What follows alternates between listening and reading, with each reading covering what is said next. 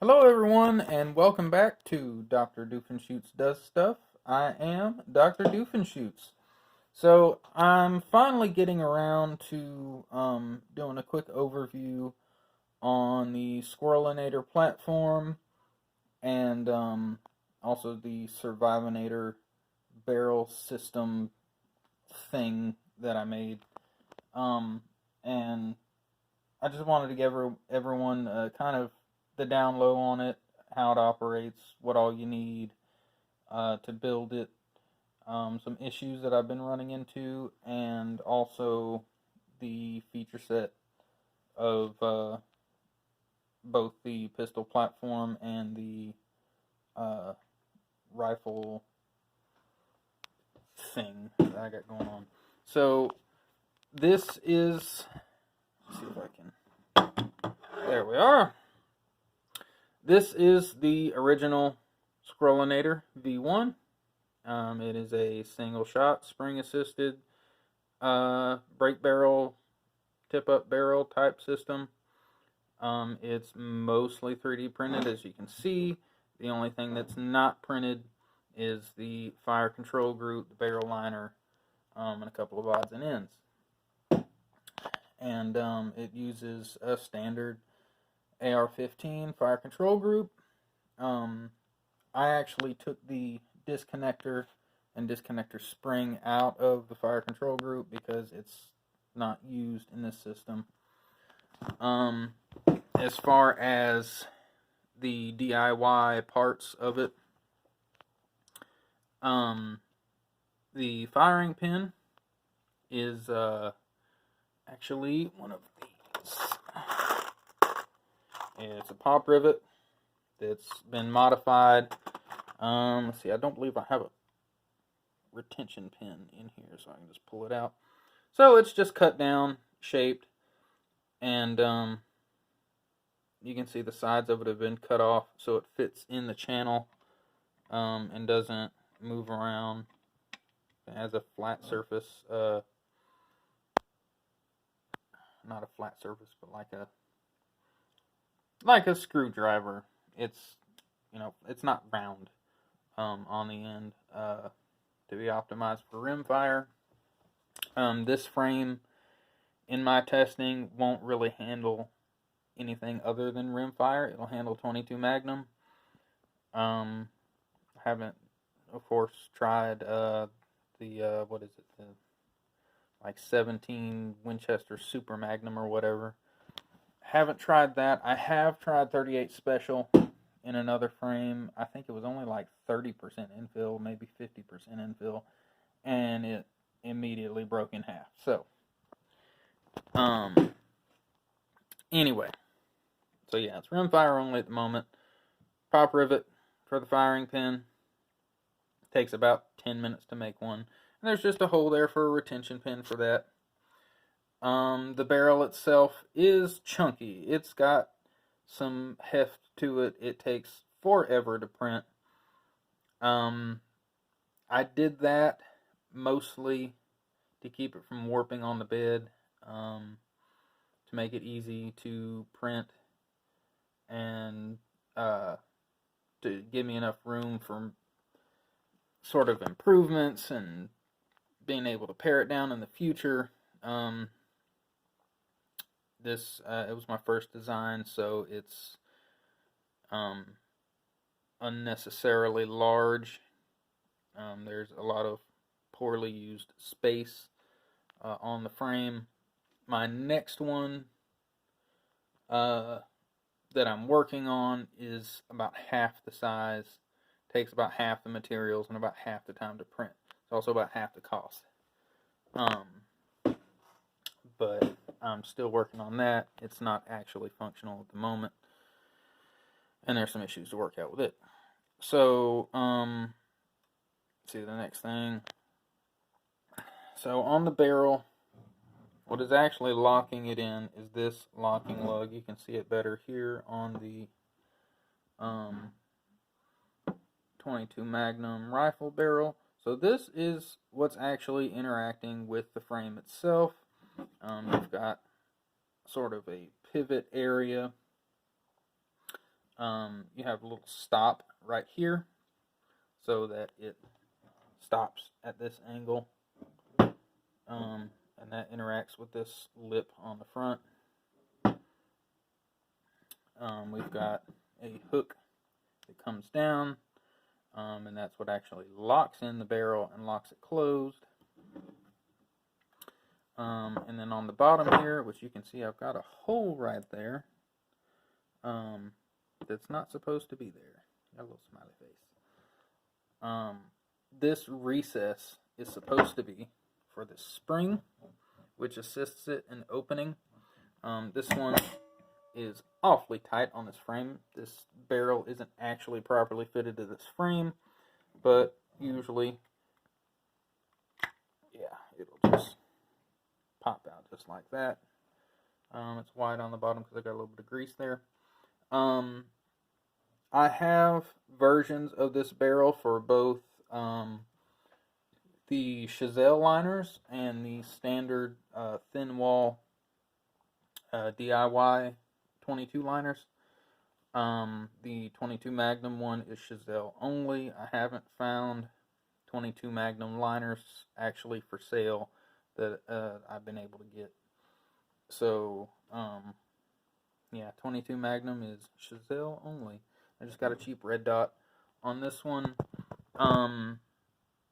It's got a Picatinny rail on the top of the barrel. It's secured, which you can see I've been doing some work on here, so this is not the final version of this, but it's secured with these little inserts, like you do. I believe they're 3mm heat set inserts, and yeah, it's just stuck to the top there. It prints separately. So that's pretty much for the it for the barrel.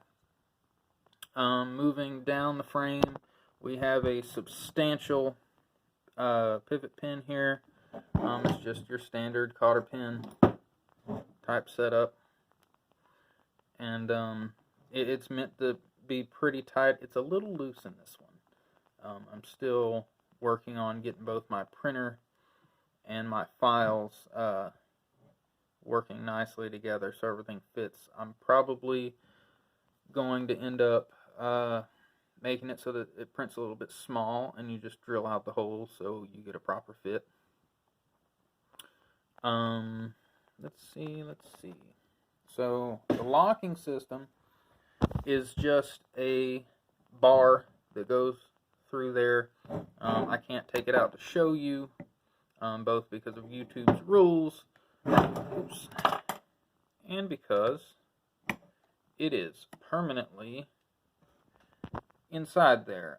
These two knobs on the end are glued in place.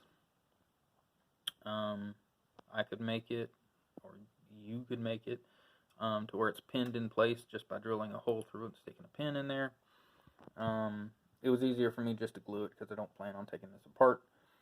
And it's just an angled little bar that slides in there with a spring, little spring assisted doodad in there. I haven't nailed down the exact spring sizes for this. The spring in the front to lift the barrel is actually just a cut down recoil spring from an old Taurus Millennium that I'd replaced the springs in.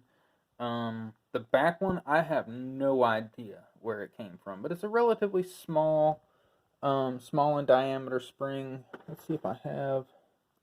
Yeah, I got these that will fit in the hole, but they're not quite strong enough. I think I got these from Harbor Freight, and they're just not enough to push that forward. You really want a good strong spring for that.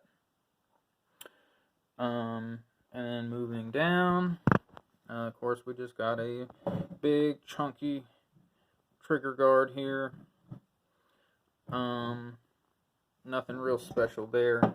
I do recommend, let's see if I can do this with one hand.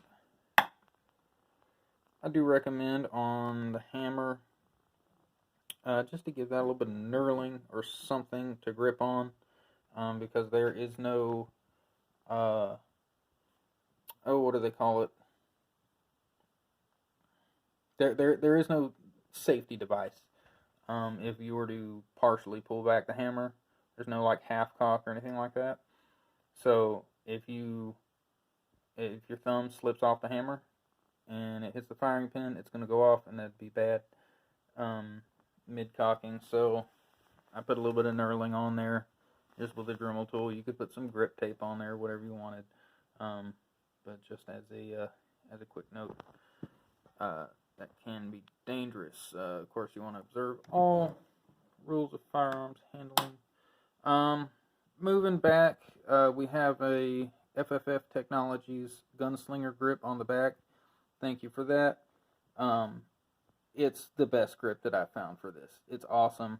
It printed perfect the first time. It works great. I love it.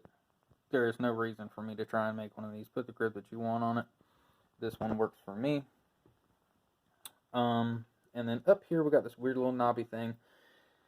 This is a stand-in for what is eventually going to be the stud to mount the stock for the rifle version. This is the pistol version. It was made as a pistol originally. Even though it is printed in green the same as this. ATF, if you're watching, this was intended to be a pistol from the get-go. But that's where your stock would mount. The stock has not been completed yet. It is just a square at the moment. There's nothing going on, but eventually it's gonna go with the Survivenator barrel, and it's gonna interact with it. It's gonna have storage for ammunition and other things. Not entirely sure exactly what I'm gonna do with it. It's limited more by my CAD abilities than my imagination. Let's see. That pretty much does it for the actual platform itself. As far as an overview on that, it works really well. You want to pay close attention when you're doing your chambers if you're using DIY barrel liner. In my experience, the rounds like to stick, and I just kind of scalloped. I don't know why a lot of people aren't doing this, and I kind of messed this one up actually. It twisted in there, but you can maybe barely see it there. I've scalloped. Just put a little bit of a angle on the very chamber end of that barrel, so you can get a fingernail up under there and pull that empty case out. Full unfired ammunition, of course, will drop free in the Chazelle barrel, and it's pretty accurate. It works very well so far. It's been 100% reliable, hasn't blown up or anything. And this frame actually is printed in 50% infill. It's held up just fine. Haven't had any issues at all, except with this guy. So, on to the 22 Magnum Survivenator barrel. So, why is it called the Survivenator? Well, I wanted to make something reminiscent of something like an M6 or other survival rifles that have ammunition storage directly on the rifle somewhere. I also wanted to make it to where you could store the rifle in not so great conditions and have your ammo not rust or otherwise degrade. So I did this. It's a 3-part design. Pay no attention to this. This is bad, all bad stuff. So our storage, our ammunition storage, is right here in the barrel, and it runs all the way down. So let's see if I can. We have this little doodad on the end, this little collar, and this little locking piece. You pull it down, you twist it, And in each corner of this square barrel is a tube. And that tube runs all the way down. That's what the hole I was talking about earlier. I kind of screwed that up a little bit. That is the inside of the tube. So it runs all the way to the back. It will hold exactly 14 rounds of 22 Magnum per tube. So that is a lot. It's like 54 rounds, I believe. Yeah, I'm not super great at math. I believe about 54 rounds. And you basically twist this around, align that hole up with the tube. You dump them out. You put your 14 rounds in the stock, is the idea. And then take them out of the stock as you need them. And then you can just rotate this around, and it clips back into place. And, yeah, I mean, it's a pretty simple system. There's just a little spring there with a plunger. And, yeah. That's pretty much all it does. But, that allows you to, hold over 50 rounds of ammo in the gun, which is pretty good for a single shot. I believe the AR-7 doesn't even hold that much. I think it's 14 rounds that the AR-7 holds in a semi-auto that's going to chew up ammo. This single shot holds 50 something, and if you fill the stock up, it'd be 60 something, 70 rounds, somewhere around there. So pretty good. Problem.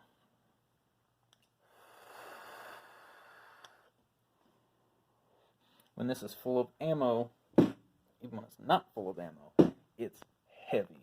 This has, I believe, a 23-inch barrel in a 22 Magnum Chazelle liner.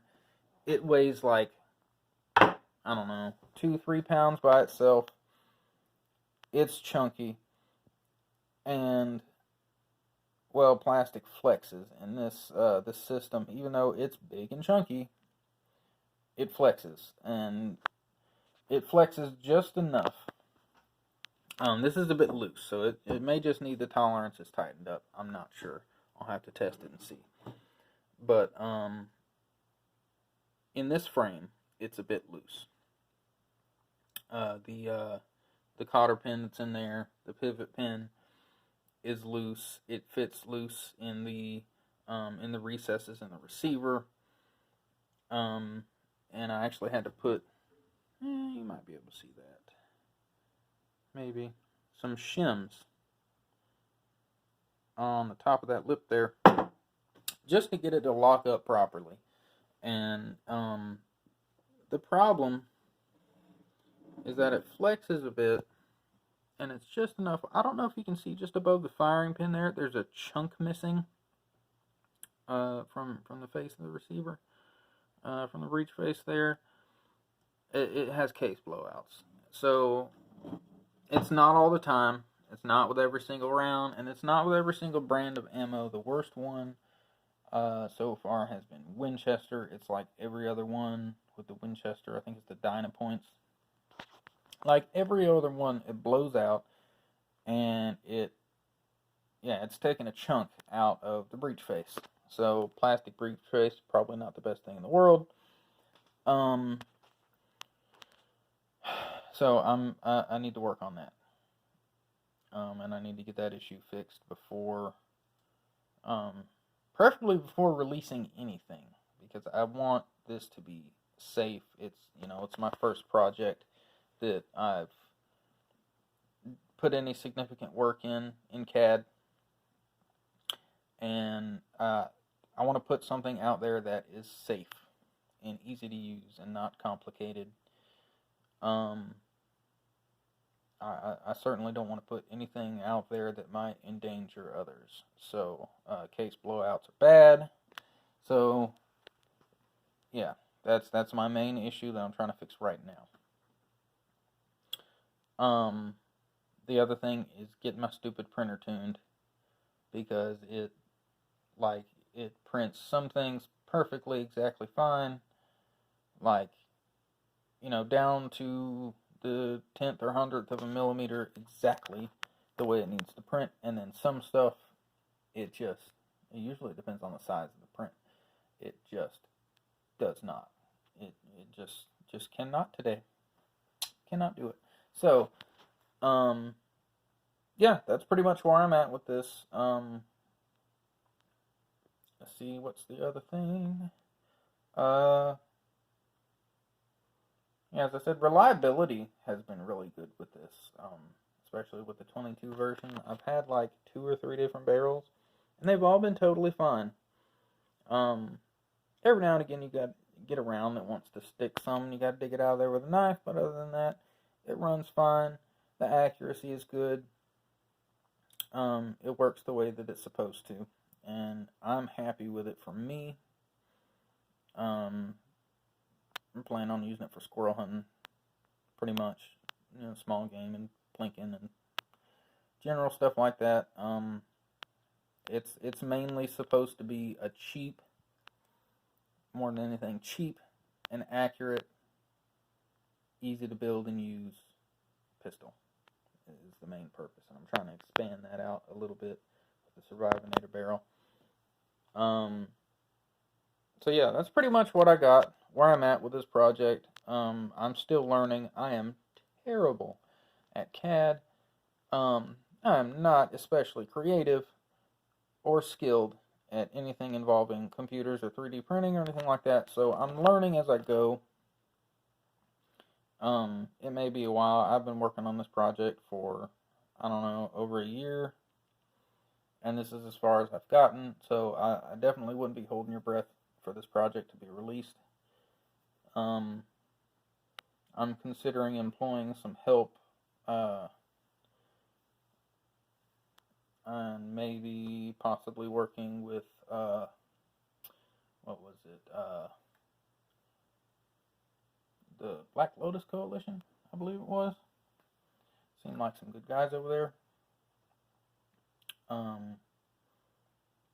But I don't know. I'm mainly doing it for me. So, for me to learn on, really. I'd like to put something out there and give something back to the community that's given me so much, so many awesome projects. It's just, at the moment I'm playing catch up with all of these, great devs out here doing really good work, way better than I am at any of this stuff. So, yeah, that's pretty much where I'm at. I remember to use landscape mode for my second YouTube video. I think I'm doing pretty good. I might upgrade the potato later on down the road. Other than that, I think that's all I got for you guys. Have a good one.